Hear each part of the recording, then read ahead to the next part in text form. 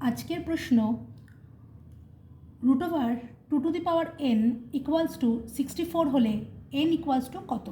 তো এখানে উত্তরের 4টি অপশান দেওয়া আছে। a = 2, অপশান এ হচ্ছে 2, অপশান বি হচ্ছে 4, অপশান সি হচ্ছে 6 এবং অপশান ডি হচ্ছে 12। তো দেখা যাক সঠিক উত্তর কী হবে। তো আনসারটা করা হচ্ছে √2n = 64।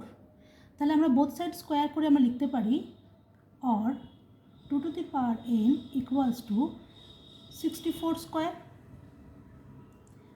or 2n আমরা 64কে ভেঙে লিখতে পারি 2⁶, তার আবার স্কোয়ার বাইরে যেটা রয়েছে, or 2n = আমাদের হচ্ছে 2⁶ 6 × 12 12 or n = 12।